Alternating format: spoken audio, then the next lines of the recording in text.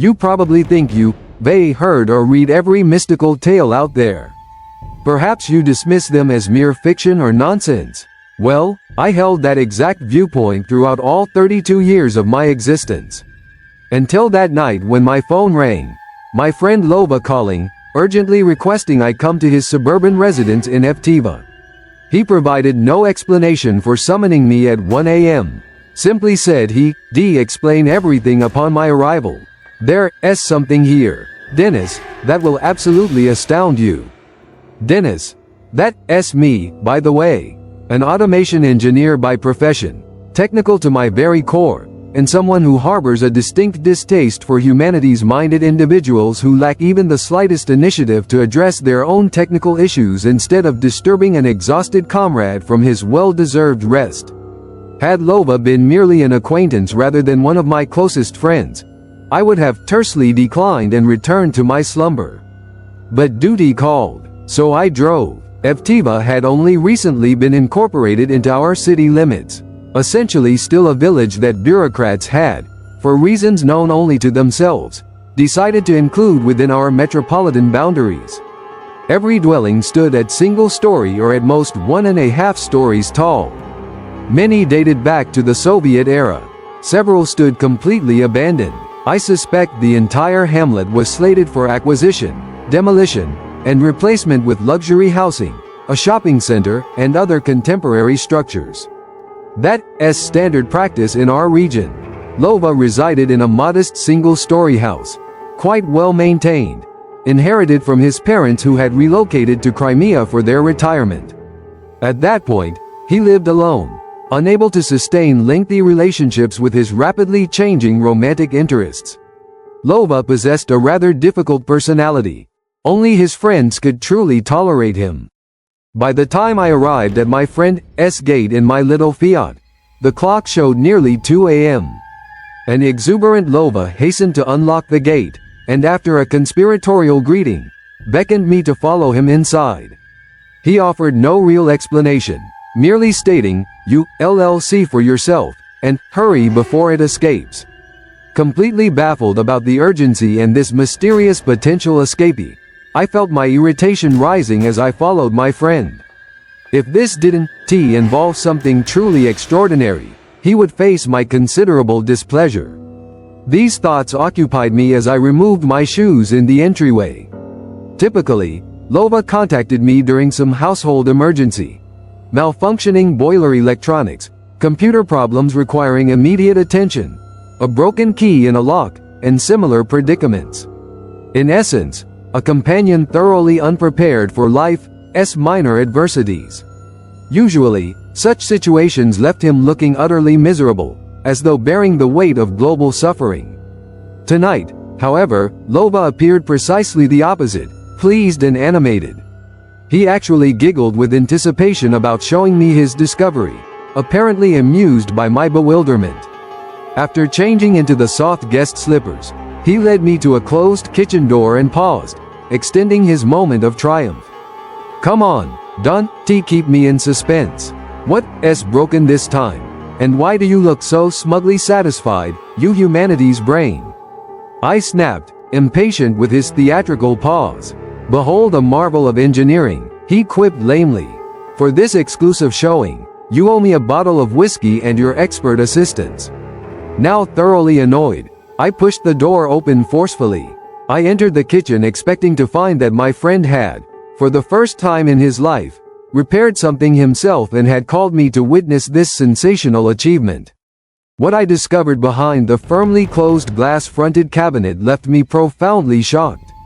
A sturdy box with metal corner brackets, approximately half a meter square, had evidently once served as an aquarium. Now it contained neither water nor fish. Instead, beneath its lid, weighted down with a heavy dumbbell for good measure, sat something utterly unprecedented. Initially, I mistook it for an animal. I wondered if Lova had impulsively acquired a spider monkey or some other exotic pet. But at that moment, it stirred, pressing its flat, grotesque face against the transparent wall. I call it a face, but good heavens, it was nearly human in appearance, though covered in dense black fur, with round eyes glowing crimson and tiny horns atop its shaggy head. Its body, tightly curled within the aquarium's confines, remained largely indiscernible. The creature stared at us and bared its teeth, revealing 2 rows of small but visibly sharp fangs. The expression almost resembled a smile. "What on earth have you brought here? What is this thing?" I barely managed to stammer. As the monstrosity behind the glass continued staring at me, I experienced for the first time what people describe as chills running down your spine. "Dennis, I believe it, S.A. devil. I caught it this evening in Claudia Semyonovna's yard. Remember my elderly neighbor who everyone said practiced fortune-telling, incantations, and other such nonsense? Well, she died last week. Lived alone. The house now stands empty. Her niece should inherit but hasn't appeared yet. Meanwhile, I spotted this specimen 2 days ago. It was flitting past windows, then disappeared under the gate. The fence between our properties is dilapidated, remember? My curiosity was piqued. I thought perhaps a dog or some other domestic animal had been abandoned. But upon closer inspection, Dennis, I realized I needed to capture it. I considered calling you but figured you think I lost my mind.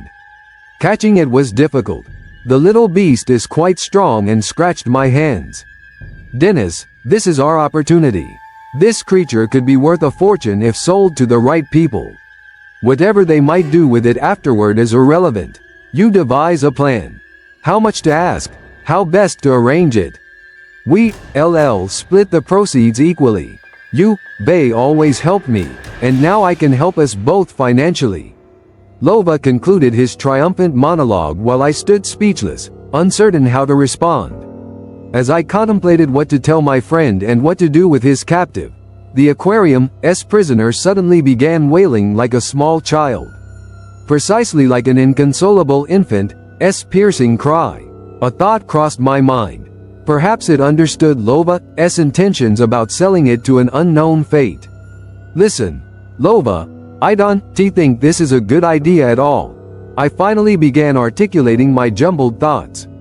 Instinctively, I sensed nothing positive would come from this situation and intended to convey this to my friend. Before I could continue, however, someone began pounding forcefully on the front door.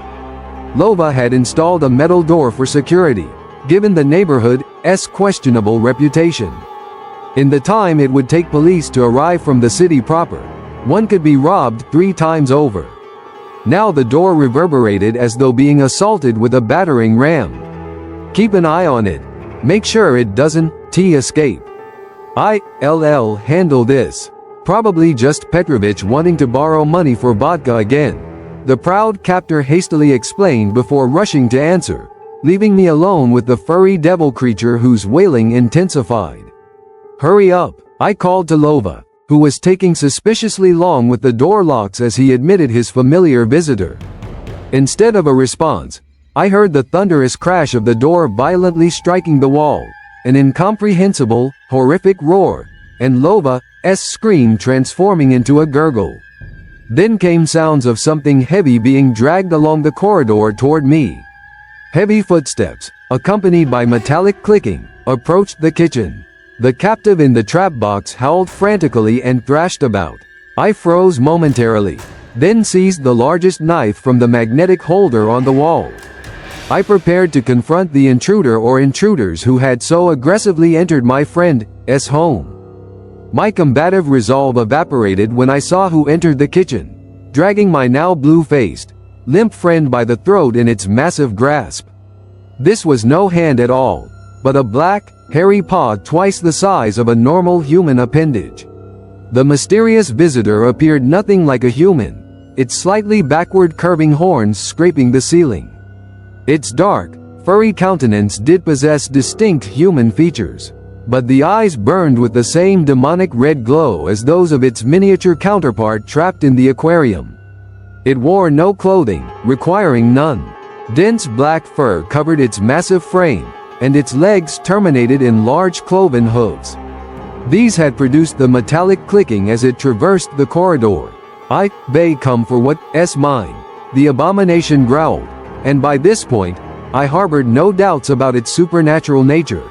As it advanced forward, I suddenly realized I stood directly between this monstrous entity and the object of its quest. Despite the terror gripping me, threatening to escalate into full panic, I might have heeded my instinct for self-preservation and yielded to this hulking manifestation. But the sight of my friend's seemingly lifeless body ignited a surge of uncontrollable fury within me. A crimson haze obscured my vision as I lunged forward, attempting to plunge the knife into the monster's broad chest. A desperate act of vengeance for Lova's apparent demise. However, my valiant assault proved entirely ineffectual. My robust frame, I am no small man, was effortlessly batted aside by the creature's free appendage as though I weighed nothing more than a feather. I sailed across the kitchen's expanse, collided with chairs, and crashed into the sink fixture with such tremendous force that I nearly lost consciousness. Struggling against the encroaching darkness, I felt debilitating weakness spreading throughout my body.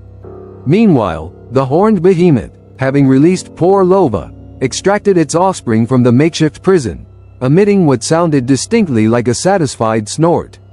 I couldn't determine the precise familial relationship, maternal or paternal, as scrutinizing gender characteristics was hardly my priority at that moment.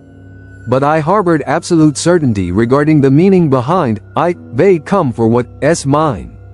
Recognizing my physical inability to confront this supernatural entity, I continued feigning semi-consciousness while observing the unfolding scene through barely opened eyelids. I attempted silent prayers, but they yielded no discernible effect. The imposing figure elevated the diminutive captive, rotating it meticulously in its massive paws, examining from every angle, presumably assessing for injuries, before muttering something unintelligible, clutching the smaller being to its chest, and exiting the kitchen with distinctive hoof clicks. For several seconds more, I detected its ponderous footfalls traversing the corridor, then growing fainter as it proceeded along the tiled courtyard path. Then came absolute silence. Suddenly, Lova, whom I had presumed dead, emitted a weak groan, followed by labored breathing and coughing. My relief knew no bounds as I attempted to rise and rush to his aid. However, nausea overwhelmed me, suggesting at minimum a concussion, which resulted in Lova, himself in deplorable condition, becoming my caretaker instead. His breathing remained difficult, his neck mottled with bruises and contusions, but thankfully my comrade proved more resilient than I had anticipated. With considerable effort, he helped me onto a chair, hastened to secure the front entrance, and noting my deteriorated state, retrieved a partially consumed bottle of cognac from the refrigerator. He poured generous measures for us both, which we promptly consumed. That was unquestionably a devil, Lova declared, breaking the oppressive silence before replenishing our glasses. I offered no contradiction. Devil it was, then. The self-appointed hunter of miniature infernal creatures would know best. If only he demonstrated equal aptitude for calculating consequences. But expecting such foresight was unrealistic, Lova being humanities-oriented, a man of impulse and emotion. We refrained from summoning either medical assistance or law enforcement, independently recovering while contemplating the likelihood of psychiatric institutionalization. What credible account could two cognac-scented men provide to police officers? Evidence consisted solely of our injuries and an empty aquarium centrally positioned in the kitchen. Hardly compelling proof. Authorities would undoubtedly attribute everything to intoxicated altercation and alcohol-induced hallucinations. Unwilling to remain in that location any longer, Lova and I ordered a taxi and departed for my residence. I never operate vehicles after consuming alcohol, and my current psychological state rendered me unfit to drive regardless. Lova maintained his distance from the property for 4 days, then anonymously informed authorities that suspected drug-related activities were occurring in the neighboring house, suggesting investigation. A neighbor across the street telephoned confirmation that police had indeed visited, conducted a cursory examination, and departed empty-handed. Ultimately, Lova resolved to sell his house and, with supplementary financial assistance from his parents, purchase an apartment in the city proper. He temporarily relocated to his new girlfriend's residence. Continued proximity to such supernatural neighbors held absolutely no appeal, even if the devil and its progeny had permanently vacated the premises. As for myself, my materialistic worldview underwent profound transformation, and I increasingly embrace humanities-oriented thinking, a fact Lova frequently teases me about, observing my extensive internet searches regarding demonic phenomena. My curiosity now centers on the origins of minor demons and other supernatural entities. And regarding their existence, I harbor absolutely no doubt whatsoever. The button. I lost it, though I remain completely baffled regarding how or when this occurred. I consistently wore it on an exceptionally durable braided cord beneath my clothing, yet now I stand before my bathroom mirror, staring at my reflection like an imbecile. It's gone. And I am terrified. Everything commenced 5 years ago when my parents initiated another relocation. This wasn't necessitated by circumstances, they simply enjoyed environmental changes. Consequently, I repeatedly found myself adapting to unfamiliar cities, different educational institutions, and integrating into new social circles. Currently, of course, these concerns hold minimal relevance. The modest town where we settled then, Vyshgorsk, appeared thoroughly provincial at first assessment. It lacked even basic amenities like a cinema. However, supernatural legends proliferated there in abundance. This characteristic enchanted my parents, who practically venerated such phenomena. I, conversely, maintained complete indifference toward mystical elements and horror narratives. My sole focus involved completing secondary education and reaching legal adulthood, enabling mutual liberation for myself and my parents. The educational institution where I anticipated completing my final 2 academic years proved entirely unremarkable. A slightly dilapidated, dreary gray edifice generating minimal enthusiasm among faculty and students alike. Nevertheless, I possessed a universal approach toward social integration within any collective. Being an accomplished guitarist with adequate vocal capabilities facilitated my repeated assimilation into new class environments. This occasion proved no exception. I established connections within a fresh social circle within mere days. Our group comprised 5 individuals, 3 males and 2 females. Max, myself, Tima, Petya, Linka, and Nadia. We shared appreciation for music, computer gaming, and science fiction, though Petya additionally harbored interest in mysticism. This perfectly aligned with local traditions, providing us ample material for good-natured mockery. He never attempted to convert us to his peculiar fascinations. Therefore, considerable surprise ensued when one evening, after displaying noticeable hesitation, he requested our assistance with a particular matter. "Guys, I recognize you, LL likely laugh," he began, "but it's actually trivial. I simply cannot manage alone." Linka nudged Nadia, who chuckled. "Who are we summoning?" she inquired mischievously. "Summoning? Why summon anything?" Petya initially appeared confused before comprehension dawned. "No ritualistic practices involved. We merely need to appropriate something." "Have you lost your mind?" Tima, our most conscientious member who avoided even contemplating illicit activities, interjected. "Petya, don't implicate us in your dubious schemes." Petya sighed deeply. "It hardly constitutes theft. Not exactly theft, anyway. You see, there's this item displayed on the wall at a certain cafe. They asked Uncle Misha to relinquish or sell it to me, but he absolutely refuses." We realized he referenced a cafe owned by one classmate's uncle. Stealing from personal connections seemed even more reprehensible than general theft. This sentiment we unanimously conveyed to Petya. "Guys, he doesn't even comprehend its significance. He's just obstinately resistant, insisting it's some family heirloom. If he understood its functionality, he wouldn't display it openly." My curiosity intensified regarding what our friend had discovered that motivated him toward not only petty criminal activity but also recruiting us as potential accomplices. "What exactly is this object?" I inquired with nascent interest. A button, Petya responded, blushing as everyone erupted in laughter. Stealing a button seemed utterly preposterous. Stop laughing, Petya protested indignantly. This isn't an ordinary button. It's authentically magical, extraordinarily so. A magical button. Tima barely managed through his mirth. And what remarkable powers does it possess? Immortality, Petya blurted impulsively, then abruptly halted. He apparently revealed more than intended, and observing him closely at that moment, I suddenly realized he wasn't joking. How did you determine this button's properties? I pressed. Petya explained that until recently, he too had considered the framed button displayed at the cafe merely one of Uncle Misha's eccentricities.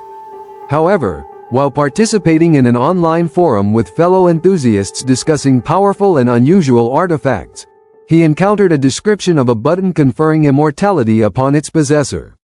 The peculiar object's characteristics were thoroughly documented, including color, asymmetrical hole placement, and a distinctive chip or fracture.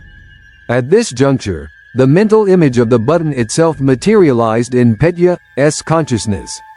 Naturally, he revealed nothing to any of us, but a strategy had crystallized in his mind. More precisely, a scheme to acquire the artifact, regardless of the cost involved. Uncle Misha had already rejected Petya's proposition to sell the button for his collection. Yet Petya hesitated to press the matter excessively, fearing he might arouse suspicion. Then a brilliant concept surfaced in his thoughts. He would appropriate the object, specifically during daylight hours, but this operation would require accomplices who could divert the attention of both staff and patrons. It was at this moment I committed the gravest error of my existence. The entire venture appeared relatively harmless to me, and I consented to participate. Following my agreement, the others acquiesced as well. The strategy was uncomplicated. Our entire group would visit the establishment when customer traffic was moderate, neither sparse nor overwhelming. We would secure a table adjacent to the wall-mounted, framed button. After a suitable interval, Tima would deliberately spill a beverage onto Lena's clothing. She would spring up, creating a scene while distancing herself from our table, thereby redirecting everyone's focus toward her commotion. During this orchestrated distraction, Petya would substitute the genuine button and frame with a remarkably similar counterfeit. He had already prepared the replacement specimen. Admittedly, numerous vulnerabilities existed within this plan, but favorable circumstances might enable its success. And fortune indeed smiled upon us. At least that was our perception at the time. I distinctly recall the day my nightmare commenced. Friday was transitioning toward evening as we embarked toward the cafe. This excursion contained nothing extraordinary. We frequented this establishment regularly. The substitution operation proceeded precisely according to design, and, thoroughly satisfied with our achievement, we proceeded to Petya's residence to celebrate. His parents had departed for their weekend dacha retreat, leaving the apartment, including his father's alcoholic beverage collection, entirely at our disposal. Exhilarated by our successful caper, we exercised poor judgment regarding alcohol consumption. Not to the extent of unconsciousness, but certainly sufficient to induce foolish behavior. Tima initiated the conversation. Maintaining his habit of formal address despite obvious intoxication, Petya, demonstrate how this miraculous artifact functions. Had we maintained greater sobriety, neither Petya nor the rest of us would have engaged in the subsequent activities, and the unfortunate button might have remained merely a collector's curiosity.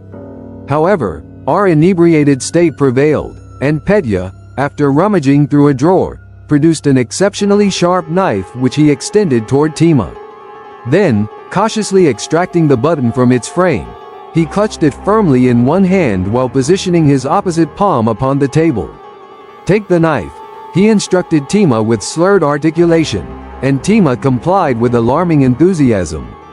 We witnessed with perfect clarity as the blade penetrated completely through Petya's hand, yet remarkably, nothing happened.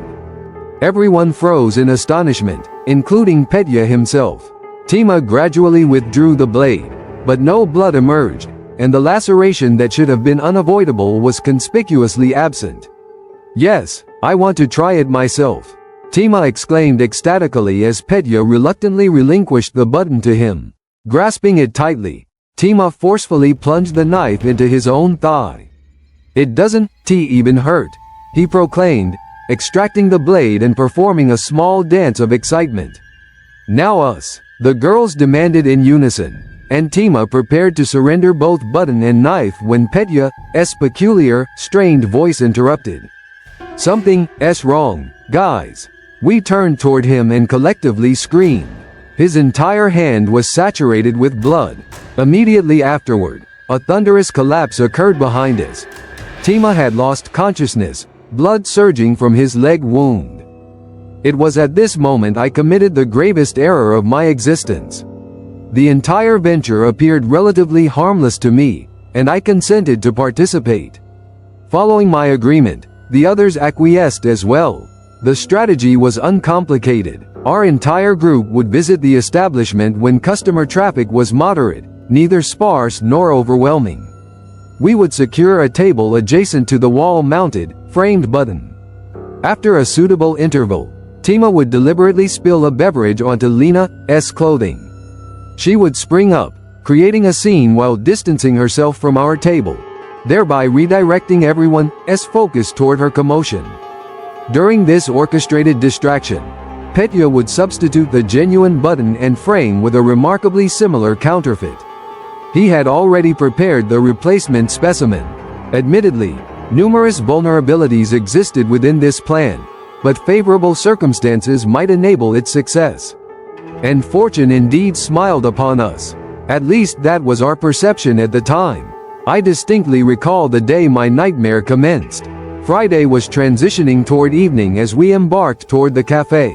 This excursion contained nothing extraordinary. We frequented this establishment regularly. The substitution operation proceeded precisely according to design, and, thoroughly satisfied with our achievement, we proceeded to Petya's residence to celebrate. His parents had departed for their weekend dacha retreat, leaving the apartment, including his father's alcoholic beverage collection, entirely at our disposal. Exhilarated by our successful caper, we exercised poor judgment regarding alcohol consumption. Not to the extent of unconsciousness, but certainly sufficient to induce foolish behavior. Tima initiated the conversation. Maintaining his habit of formal address despite obvious intoxication, Petya demonstrate how this miraculous artifact functions. Had we maintained greater sobriety, neither Petya nor the rest of us would have engaged in the subsequent activities, and the unfortunate button might have remained merely a collector's curiosity. However, our inebriated state prevailed, and Petya, after rummaging through a drawer, produced an exceptionally sharp knife which he extended toward Tima. Then, cautiously extracting the button from its frame, he clutched it firmly in one hand while positioning his opposite palm upon the table. "Take the knife," he instructed Tima with slurred articulation, and Tima complied with alarming enthusiasm. We witnessed with perfect clarity as the blade penetrated completely through Petya's hand, yet remarkably, nothing happened. Everyone froze in astonishment, including Petya himself. Tima gradually withdrew the blade, but no blood emerged, and the laceration that should have been unavoidable was conspicuously absent. "Yes, I want to try it myself," Tima exclaimed ecstatically as Petya reluctantly relinquished the button to him. Grasping it tightly, Tima forcefully plunged the knife into his own thigh. "It doesn't even hurt," he proclaimed, extracting the blade and performing a small dance of excitement. "Now us," the girls demanded in unison, and Tima prepared to surrender both button and knife when Petya's peculiar, strained voice interrupted. "Something's wrong, guys." We turned toward him and collectively screamed. His entire hand was saturated with blood. Immediately afterward, a thunderous collapse occurred behind us. Tima had lost consciousness, blood surging from his leg wound. Thank you all for watching this video. Since I recently started writing and posting my stories, I would greatly appreciate if you wrote in the comments what should be changed, what you liked or disliked. You can also suggest your own stories or simply write what kinds of stories you would like to see on my channel in the future, because what I do is for my viewers.